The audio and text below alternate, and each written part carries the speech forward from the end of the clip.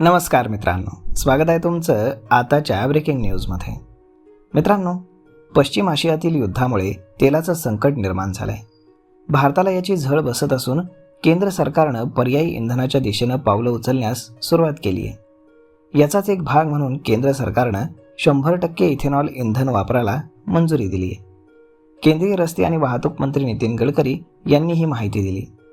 Flex fuel तंत्रज्ञानावरती आधारित विकसित करण्यात आलेल्या वाहनांमध्ये E100 इंधन वापरण्यास परवानगी दिल्याचं गडकरी यांनी सांगितलं.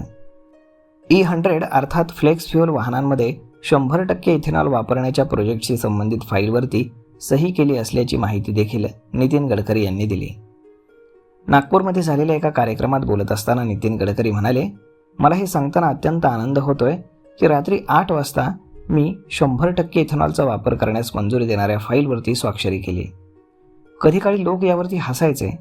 इथेनॉल प्रोजेक्ट रोखण्यासाठी नकारात्मक प्रचार मोहिमा देखील चालवल्या गेल्या, पण आता हे स्वप्न सत्यामध्ये उतरताना दिसतंय, अशी भावना नितीन गडकरी यांनी व्यक्त केली. नितीन गडकरी म्हणाले की पुढच्या 2च महिन्यामध्ये ऑटोमोबाईल कंपन्या पूर्णपणे इथेनॉलवरती चालणाऱ्या गाड्या बाजारामध्ये आणणार आहेत.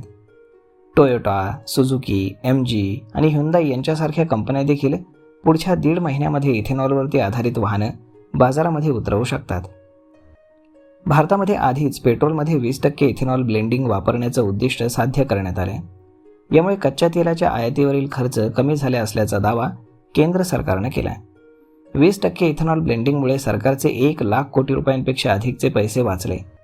त्यामुळे सरकारनं आता पुढचं पाऊल टाकत इथेनॉल 100% वापरण्यास मंजुरी दिली आहे. देशातील अनेक वाहन उत्पादक कंपन्या 100% इथेनॉलवरती चालणाऱ्या गाड्यांच्या निर्मितीवरती काम करत आहेत. अलीकडेच मारुती सुझुकीनं वॅगनार गाडीचं फ्लेक्स फ्युएल मॉडेल विक्रीसाठी आणलंय. हिरो मोटोकॉर्पनं देखील ethanol based flex fuel motorcycle तयार केली आहे.